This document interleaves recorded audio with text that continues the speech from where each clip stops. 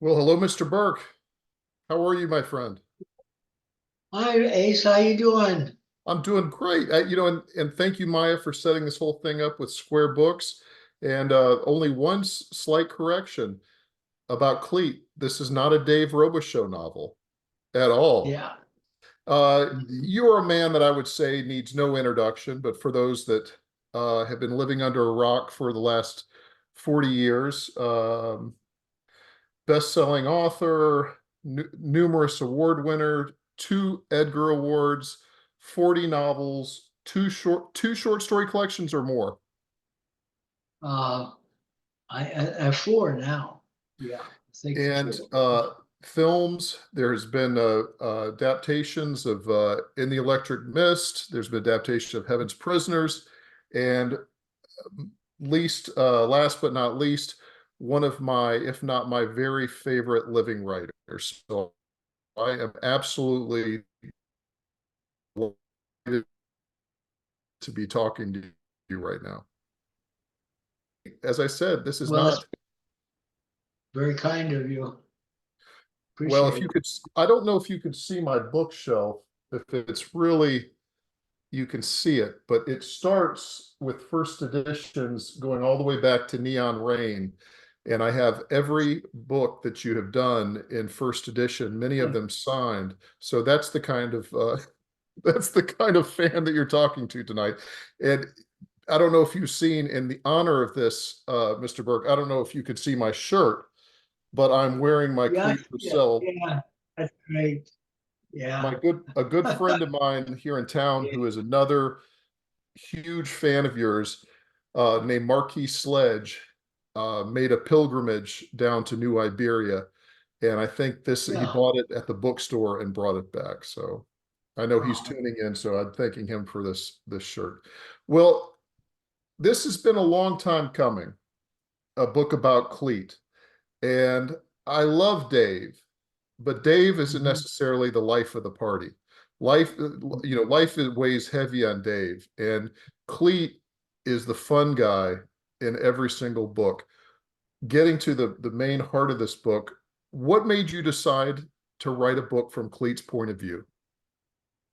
Well, people ask me or almost threatened me to do it for years, and I finally did. And, I thought it was well. I want to well, keep my friends. I better do what they asked me this time. So I did, and it's an experiment, and I hope people enjoy it. I think it's pretty good, but I have a bias, I imagine. Well, I think it's terrific, and it's a hell of a lot of fun. And I wasn't really sure, I knew this book was been coming for a long time. I think your new publisher had announced it, that you were going to be doing this book when Flags of the Bayou came out, which was another book I Yeah. enjoyed immensely.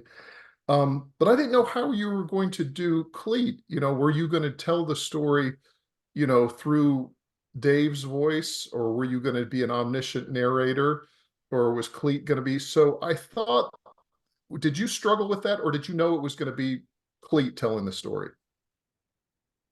Well, I did. The uh, series is all narrated by in first person, and I kept that situation in place. So it was just a natural thing to do. But after 23 books, it was a little strange to know that Clete is taking over. And you're a novelist, you know this, that the characters in our books sometimes just take everything not only for granted, but they ask our permission.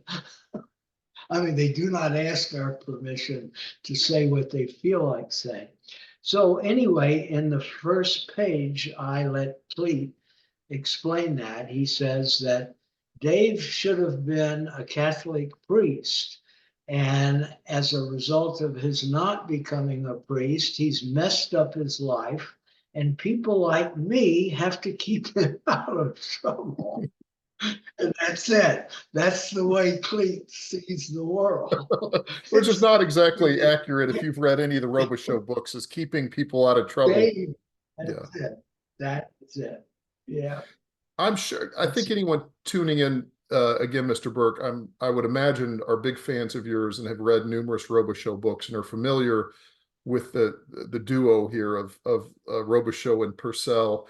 But I go back to the very first. I started off and I've read everything in order as I read everything in the Neon Rain, and uh, was that the point? Was Clete was a bit of more of a side character and a little bit more of we don't quite know where Clete was going to stand. Was he somebody that you intended to revisit later on as he became more of I cannot remember. You'll have to get me straight on this. I can't remember if he was in Heaven's Prisoners or not. I know he was a huge part of Black Cherry Blues. Mhm. Yeah, he is in every book in the series except Heaven's Prisoners and In the Electric Mist. And those were the only two films made from the series, Mhm. those two. And these are the most actually uh, interesting person in all of the books is Clete Purcell. And because Clete has many lives and many kinds of persona. But anyway, yeah, that's been the. I never though had any plan for any of this. I wrote the first book because my friend Rick DeMarinis had told me this. I had been out of hardback print for 13 years. I couldn't sell anything. And I wrote I got literally let's see 111 rejections of the Lost Get Back Boogie. It's a known record in New York City, I asked but it I was asked your late agent. LSU. I asked your late agent. So I'm sorry, I didn't mean to interrupt. Your late agent, Sorry. wonderful man, Phil Spitzer, who was a wonderful, Yeah, charismatic, great guy. And I said, "You're one yeah, hell of an agent getting Mr. Burke that famous story about 111 rejections." And he said, "Either I'm a great agent or the worst agent in the world." yeah, that's right. Yeah, he was. Yeah, I met him in New York in Hell's Kitchen. He was a taxi driver. He had a taxi that he drove at night, and he worked in a one-man apartment and one-man agency, and we got together. Andre Debussy, who was my first cousin, introduced me to him. He was a big personality, and anytime that I sat down with him, he was fantastic. Well, let's talk about So Clete he, again. Besides getting people out of trouble and trying to keep the peace, a few indiscretions he's had over the years. Now, Clete, again, just for backup for people, started off as Dave's partner walking the beat in the French Quarter. Is that District 1? Is that where they started off? That old building right there on, I think it's on Bourbon Street. oh, I don't remember. It might be on the corner there. You mean the old police department?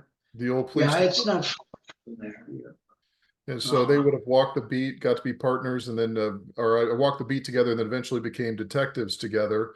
And that would have been, I guess, during the 70s, during some very bad and dangerous times, and remained lifelong friends. And to shorten the story a bit, is Dave ends up in New Iberia Parish, and Clete stays in New Orleans, where he has a really great house. You don't mention, I think in the earlier books you say it's on St. Anne, but it's not too It's far around from St. Louis Cathedral. And I know that whole area so well, and I can see that place.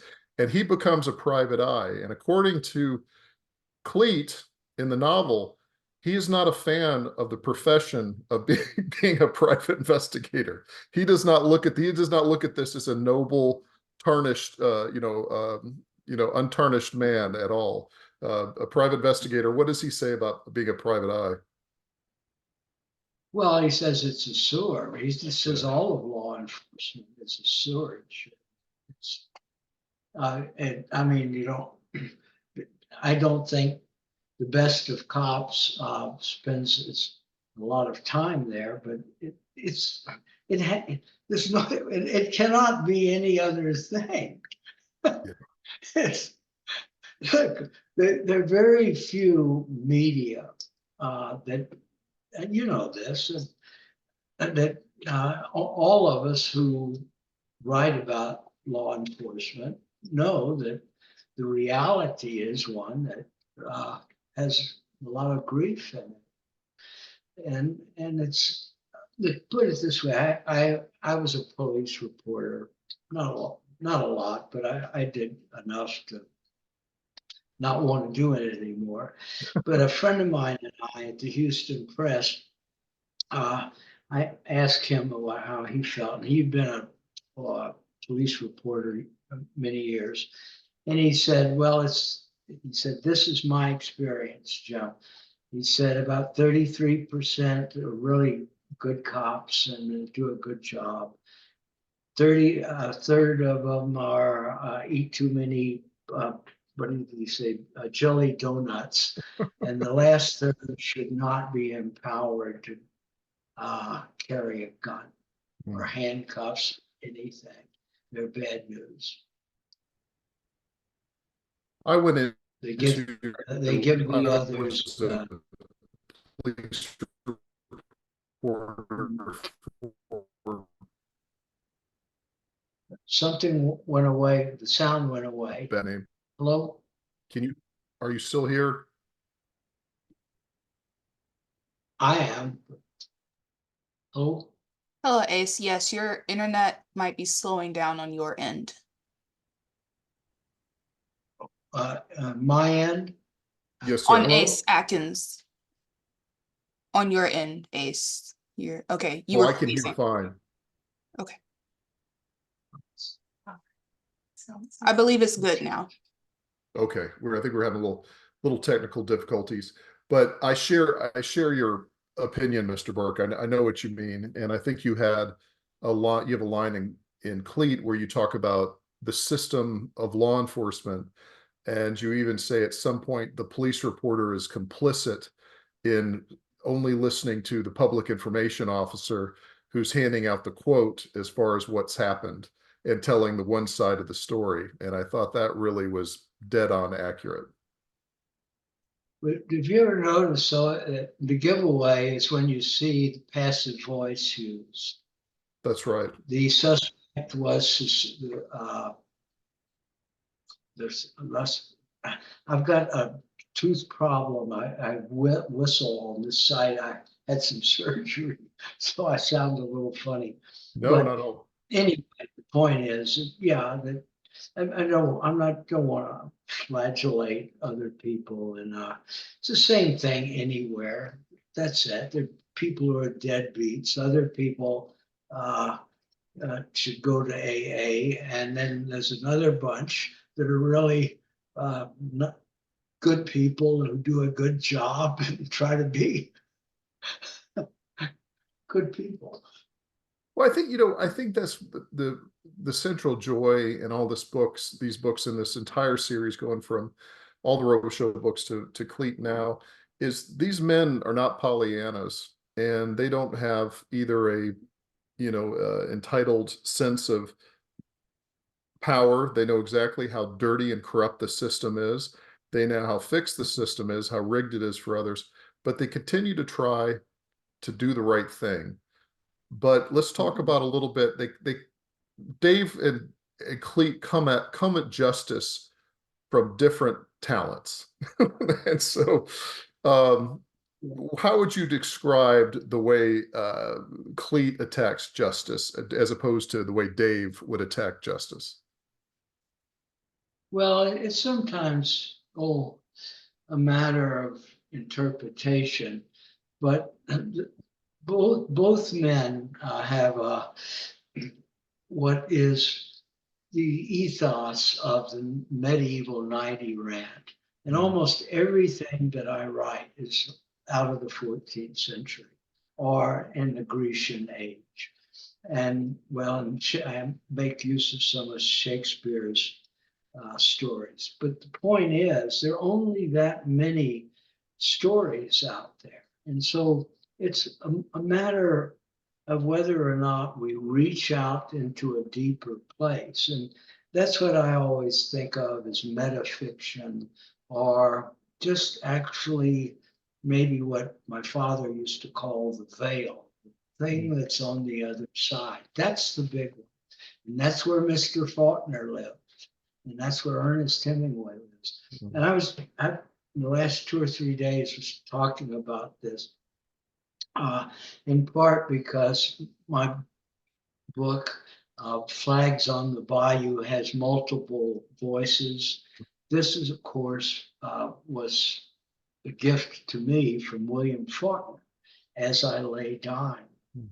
And anyway, the point I was making is that I knew I was good friends with Ernest Hemingway's brother, Lester.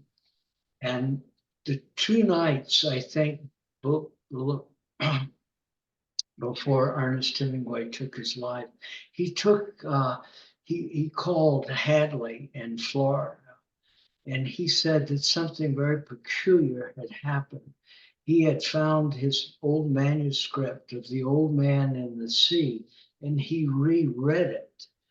And he said, it was as though I was reading something written by another hand. That was what he said. Faulkner, before his death, it was a couple of days before his death, he was thrown by a horse. Yes. I think that was actually what occurred. But someone asked him something about his work. I don't know the question, but I know the answer, what he said. And he said, had I not written the books, another hand would have written them for me. Both of them were saying the same thing. And Ernest Hemingway was not an humble man about neither was Mr. Faulkner. Probably not. But anyway, but that's it. Both of them had their pen in another universe. That's it. Because I think when we read something, go ahead. No, I was going to say that I certainly feel that way when I read your works as well. Yeah. Is that this seems like there's a radiant type of life to your books that isn't present among most writers, and it does seem like a super, whatever you want to call it, beyond talent, kind of a supernatural presence that it really is a fully alive world. It doesn't read like I wouldn't call it fiction. It's something else. Yeah. Well, thank you. Yeah. So for Clete, for the last 2 books, for the last Robichaux book and for Clete, you've decided to go in the past. And Clete tells us very early in this book that this is before the towers fell and before Katrina.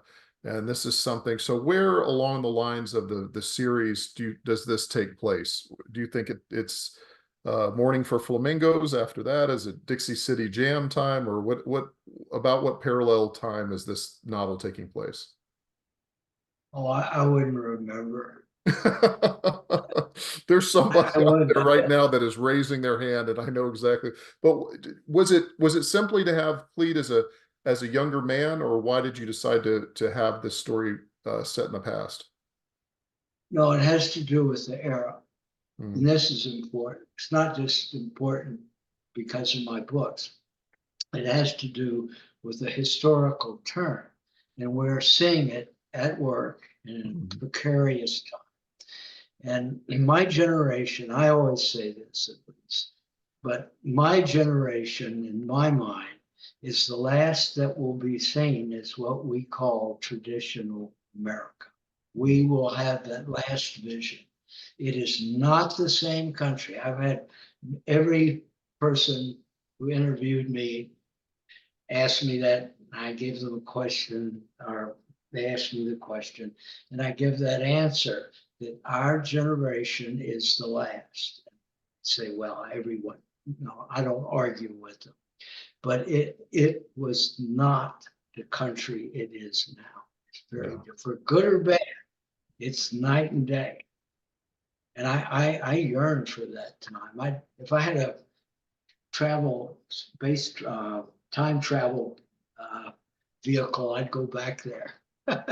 You could be, or as in the last book, there is who may or may not have been a time traveling hitman who goes through all the different ages and threads all every bit of time, which was one of the greatest characters I think you've ever created. It was just a wonderful book. Let's talk about the story. Yeah. So we get to Clete, and can Clete ever get a day off? Do you think in his life he's ever able to get a day off? He just is taking his Cadillac. He has a beautiful Eldorado. He just wants to do a favor for a friend and get it detailed, and things don't go so well. Well, that's it. He just sort of Clete is a very kind man, and he always does the right thing.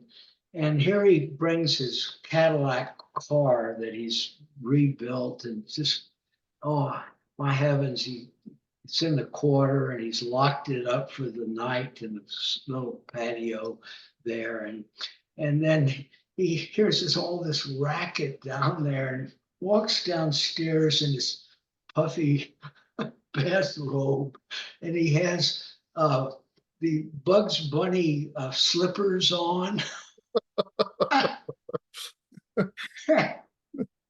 And he walks right into people who are demonic. And these three people in there that are probably the worst people on the earth.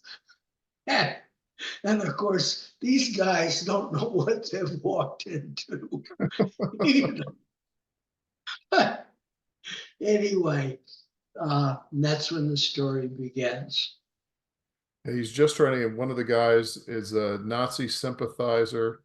And really, these guys, he knows this is not a meeting of the Chamber of Commerce or some honest mechanics. He knows right off that something has gone very wrong here. Yeah.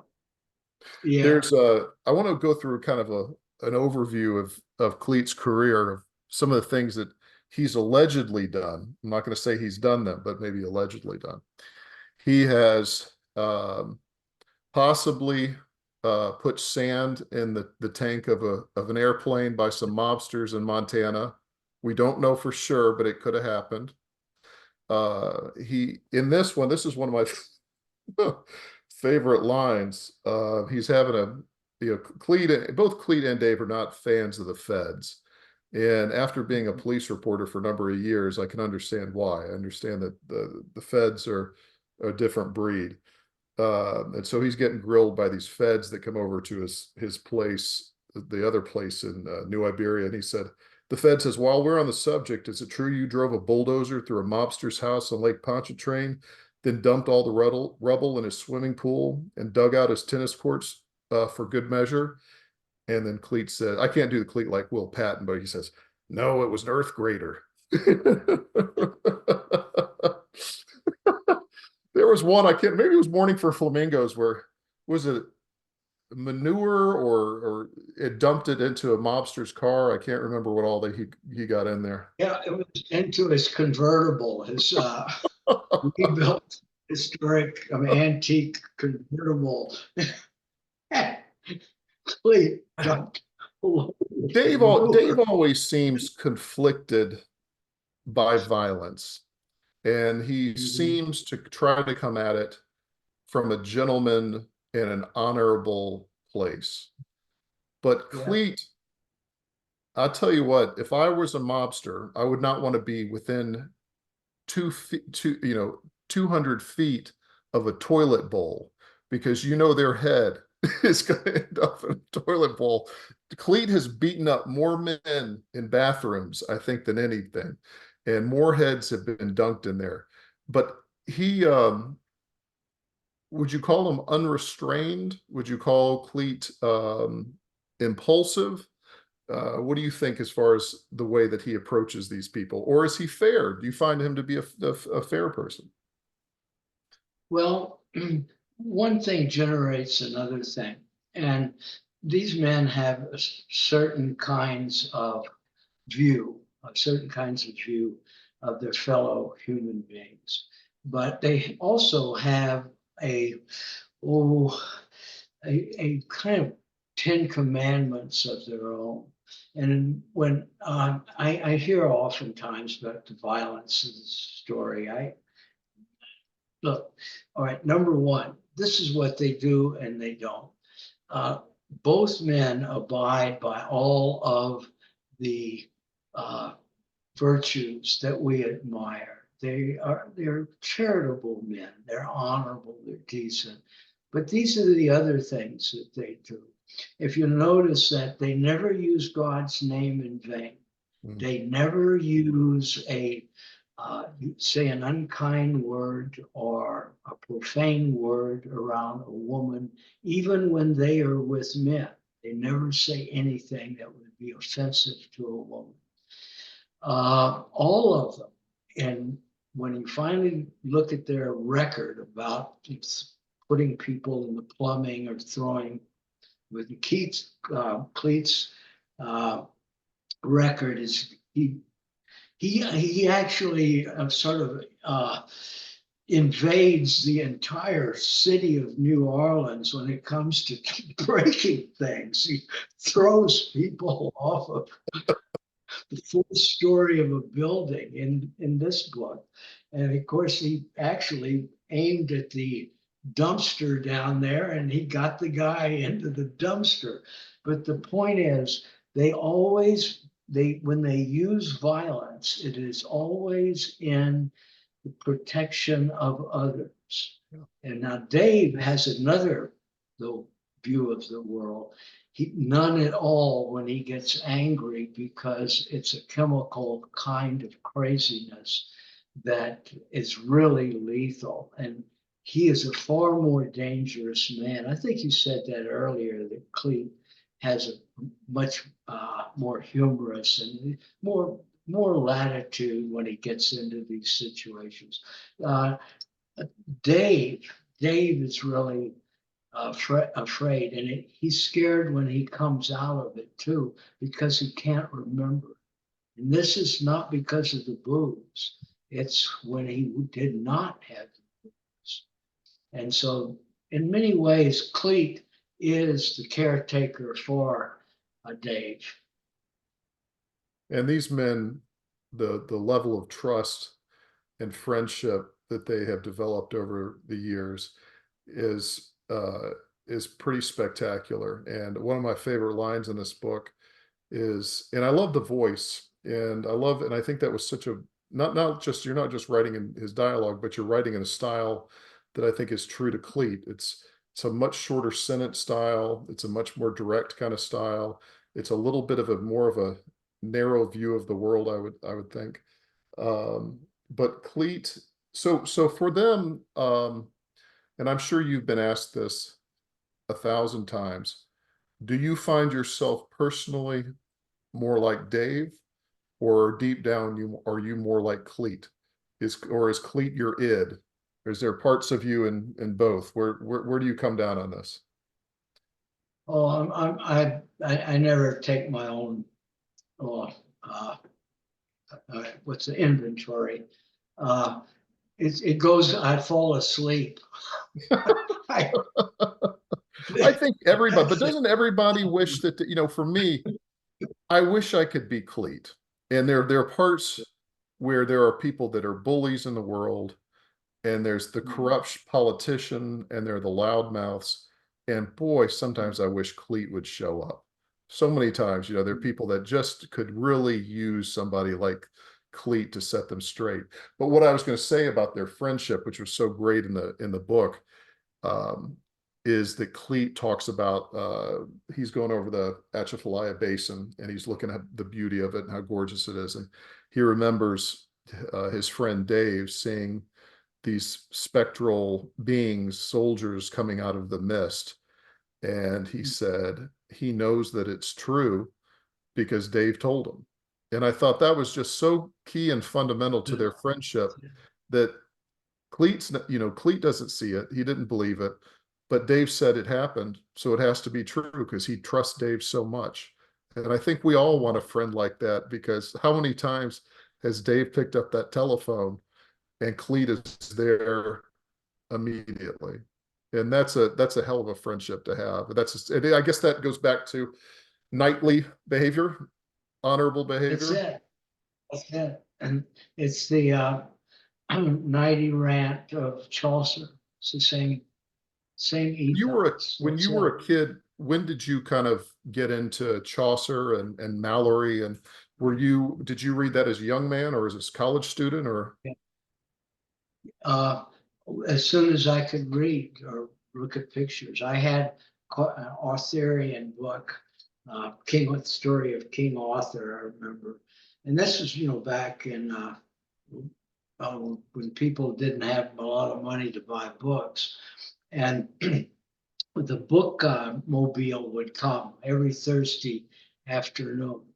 And all the kids would run outside, and of course, let's see, the Hardy Boys, well, they grabbed them from the shelves, and Nancy Drew. But I was always drawn to the medieval era. Always, still today. It's just there. I would really like to go.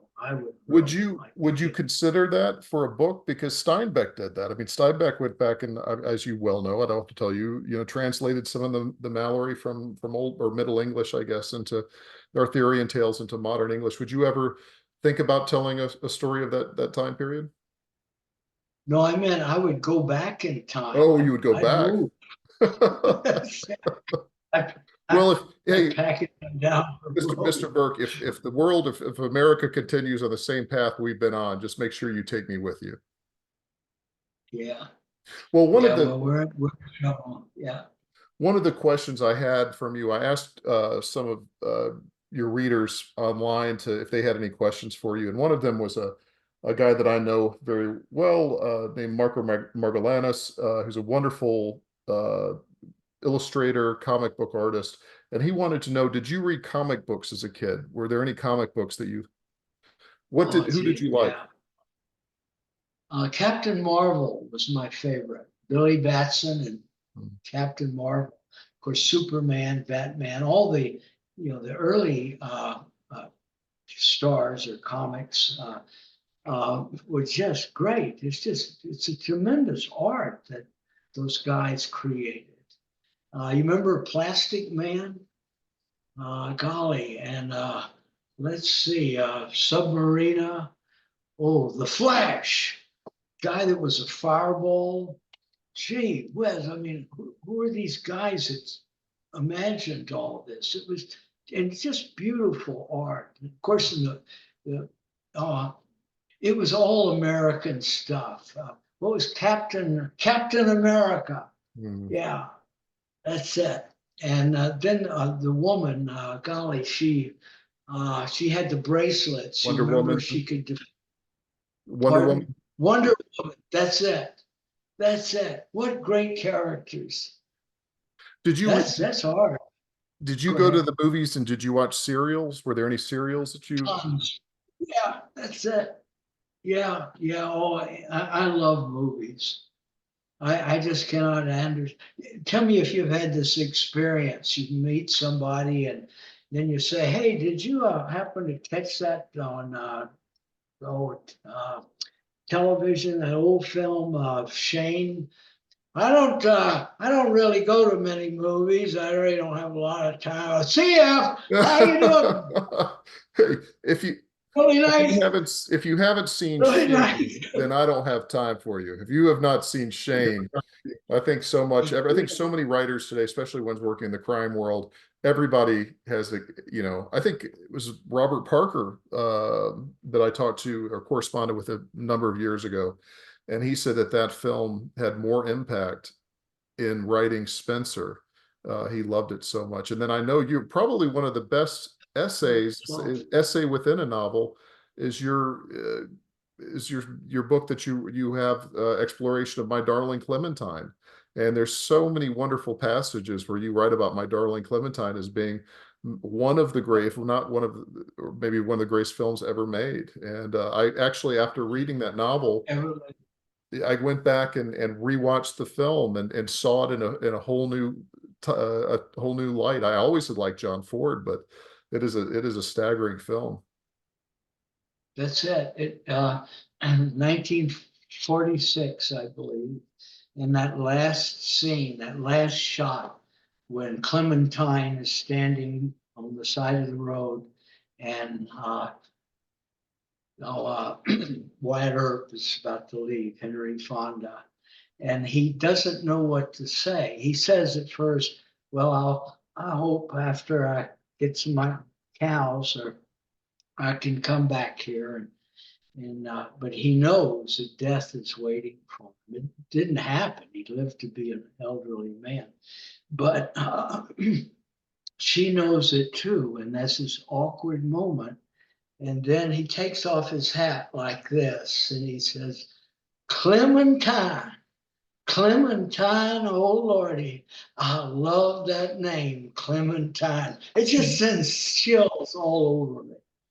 Good heavens. And when people say that they're bored by this kind of film, I think these people are hopeless. Say a prayer for them and never see them again. And Well, shame. yeah, I think that anybody who wants to be a writer, a novelist, or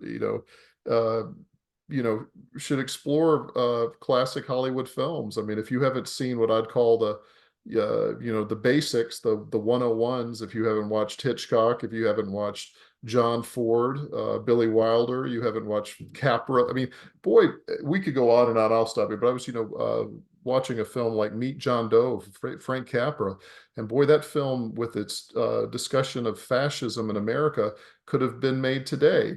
So many elements that we saw, especially pre-war, are, I think, coming back to those guys knew that it was headed this way, and those seeds in America were have always been with us. Yes, and that what you said reminds me of Godfather 1. That Dutch film is actually like the Chaucer and the Canterbury Tales. Every scene is a short story. You could make little slices of probably 80 or 90 short stories, but every camera shot is a story. And it's the perfect film. I think at least it's the greatest film I've ever seen. And I've watched it over and over and over again. It's uncanny.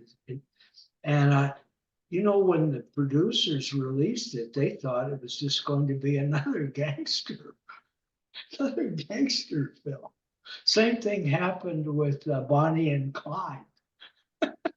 It is interesting, That's those another. films that they don't really know what's gonna hit, and the power of those movies. I think it was the same reaction when It's a Wonderful Life came out, that it was, and I don't think it was very well received. It just kind of came out. And I guess the other story was, I guess, with Casablanca. When Casablanca came out, it was just, Warner Brothers film number 48 that year, and nobody thought much of it. And you won't watch that film, and it's just absolute perfection.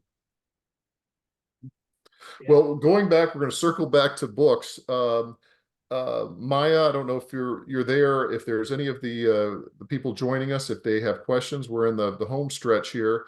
Anyone who has questions for Mr. Burke, I don't want to monopolize his time. I know that they probably have some things they'd like to ask him as well.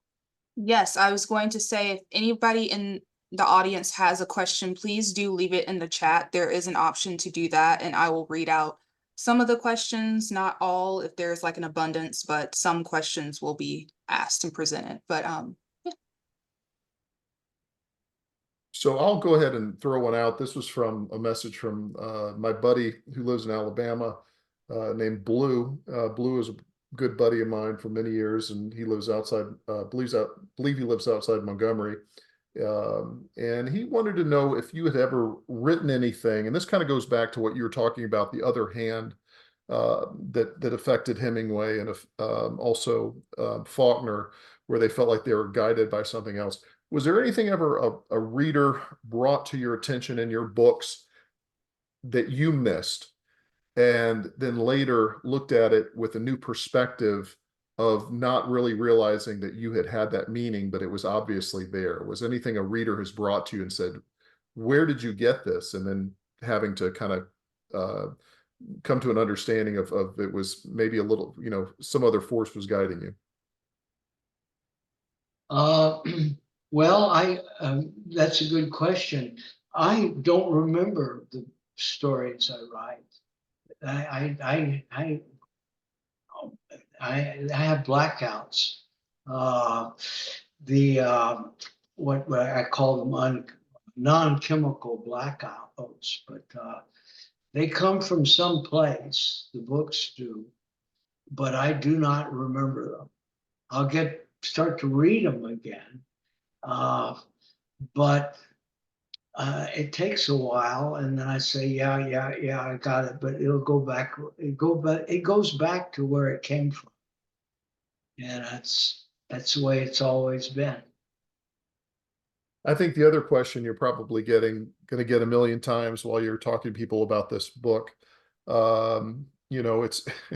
it's it's funny in this business. I've been around it long enough to know this, is that the new book is the old book. And so as soon as the new book is out, people want to know, okay, what's next? What are you working on, if you don't mind me asking? Well, fine. Well, let's see. Okay, I've already finished a novel called Don't Forget Me, Little Bessie. And it's a story that loosely a story based on my mother, and who lived in poverty, and I had a very, anyway, it's a great story. Is that connected in any way to the Holland family? It is, yeah, that's it. Which Holland, is it one of the Hollands that we've met before?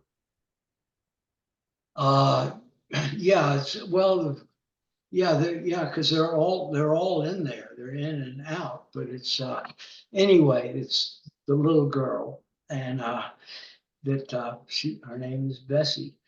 But it's a grand book. That's all I can say. And I've never seen any book like it. The story of my mother.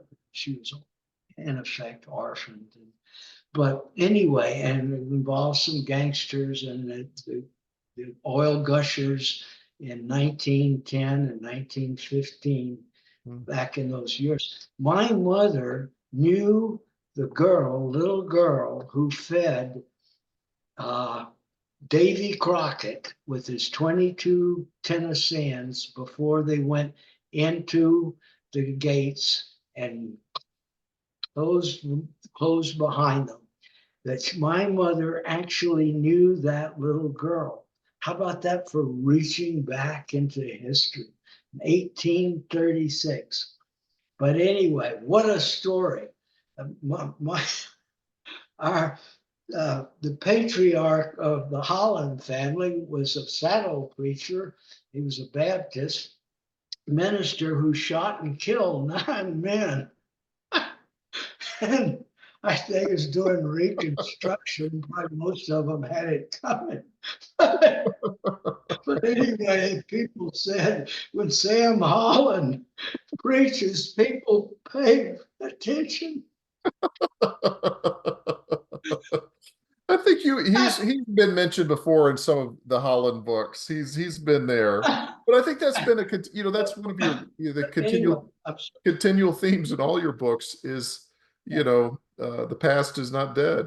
It's right here, and it's not that far. I was in Miami this past weekend, and I was talking to a lifelong resident of Miami, and he said he remembers in the early 80s where you would have people on the pier in Miami Beach that were survivors of Auschwitz with tattoos on their forearms.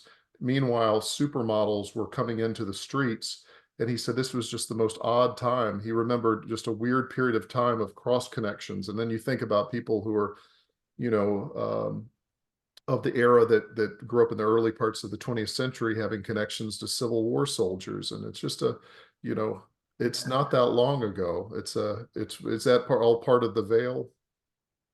Yeah. Yeah. Well, I want to correct myself. I didn't really mean that those guys deserved being shot. Well, how do you know, Mr. Burke? They might have. They might have. But after the war, the Civil War, I mean, it was, good heavens, Texas was full of feuds. And it just, in other words, he was not a criminal. Yeah. Well, I think that Okay. you have such a great. We could talk about Reconstruction for a while, and the apocalyptic landscape that was the South during that time. And the building where I'm talking to you right now was built in 1871. It was the first building that was reconstructed on the square after all of Oxford was burned to the ground. And it's you know, I'm sitting in it. It was burned. Yes, sir. It was burned. Yes, sir. During construction or during the It was war? burned during the war, and then here it's just, you know, it's an interesting, complex history, and you do such a wonderful job, especially in Flags of the Bayou, just describing the after effects of such a horrific place in American history. Well, thank you. That's really appreciated. All right, Maya, do you have some questions for us? I do, and since you all were just talking about the Hollands, Steve Paget asked, any Holland family books planned for the future, Mr. Burke? I'm really glad you asked that question because yes, I'm just finishing a Dave Robichaux book. I've got about 120,000 words, and I've just about finished it, and I want to go back into a story. I got the title already, 1940, and it's about that era. Then I think was kind of like the pagan god Janus, looking into the future, but looking into the past as well. Hence the month January. But yes, definitely. And I say this is with all respect to the series, the Robichaux and series. I think that the older story and the wider story in my work is the story of the Hollands. And I don't understand some things. I don't understand why people don't understand those books. I don't understand it. That's it. I'm terribly confused. But I believe that Wayfaring Stranger may be my best written story. And it's a story based on one of the Hollands. He was the war hero in the family. He was a grand man. And I've always been blessed with great relatives. I have to say that.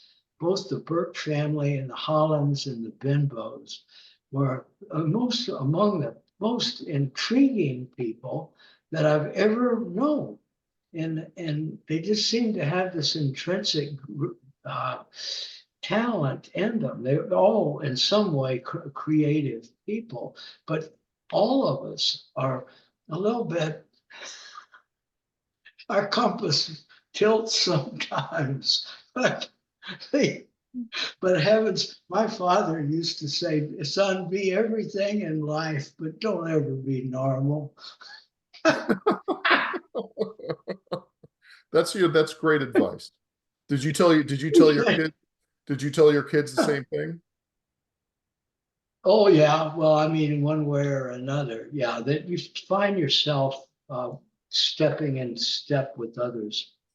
Run. My father used to say, another one, if everyone agrees upon it, it's wrong. I think I would have liked your father a great deal. Yeah, yeah, he My, was a fine man.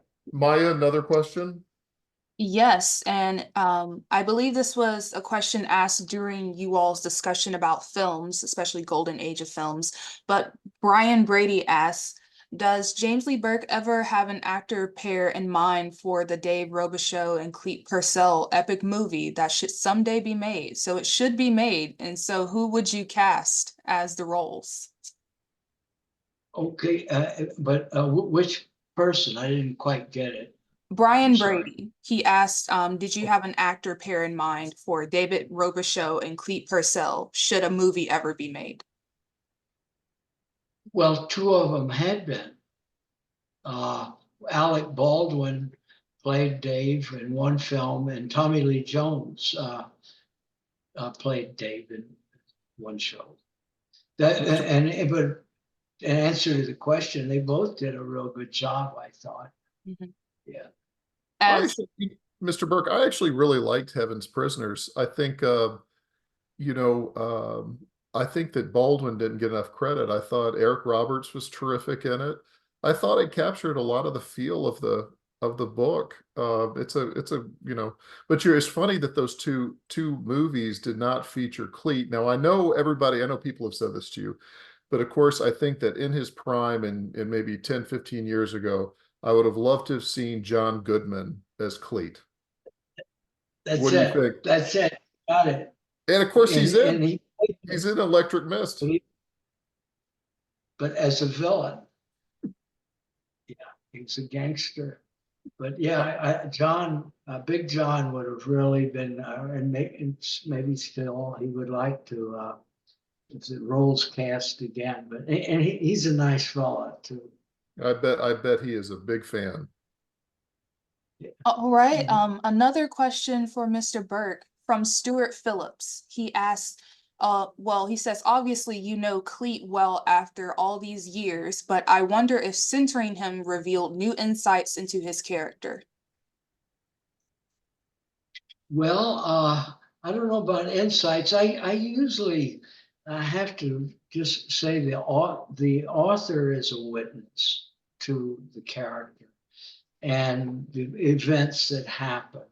I really never feel comfortable thinking of myself as uh, of actually doing anything with the work. It's to me, it's just always there, and I always hear voices. Look, this is my feeling about psychiatrists. I learned this a long time ago. The first question they ask, if you go to counselors and those kind of guys, and they're great people, but they ask you if you ever hear voices, don't tell them the truth because you will be in a straitjacket. I tell them there are hundreds of voices in my head. I hear them all the time. God bless every one of them. God bless neurosis. It's free. You can carry it around 24 hours a day. And then if people object to you, say, well, I'm sorry, but my God, I would not I would not pray to ever be normal. I believe my father's right. My heaven's sake. Golly, Moses. Golly. Just think about the person who discovered the wheel. You know, some guy just standing around saying, if I take this rock and drill a hole in it and put another rock with a hole in it, I can make a wagon. You know, it's some really weird guy that just changed everything. But it's not a out of the box thinkers and people of original thought are not always celebrated in society. You know, ultimately, you know, the artists and you know, we're not always good at appreciating, I think, people that have a different view of the world. When I was in Miami this week, a guy came by me and, you know, I didn't know if he was crazy or what was happening, but he said he looked at the sky and it looked like what I'd call a James Lee Burke sky.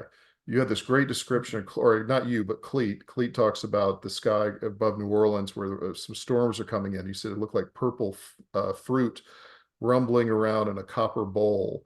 And it had that kind of feel, or like a religious postcard that you've used before.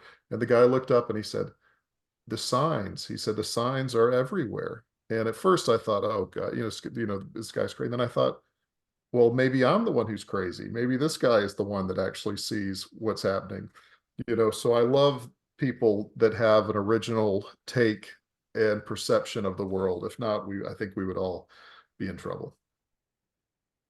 Yeah, that's true. Well, Maya, I think we've come to the end of our questions in our show. Is there anything we'd like to wrap up or give the floor to Mr. Burke? I will give a little ending note and I will give the floor back to Mr. Burke. But I will say, Square Books, we do have signed first edition copies of Clete. Please come and order online, come in person and get your edition.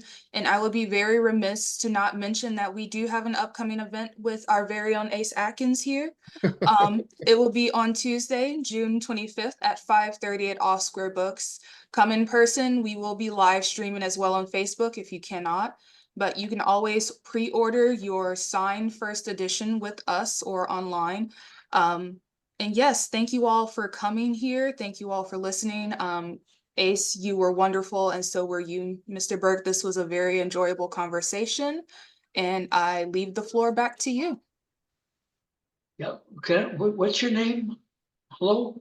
Hi. Hi, my name is Okay. Maya, sorry. Oh, I wanted to thank you for having me on your show and taking care of everything. And it's been a grand afternoon.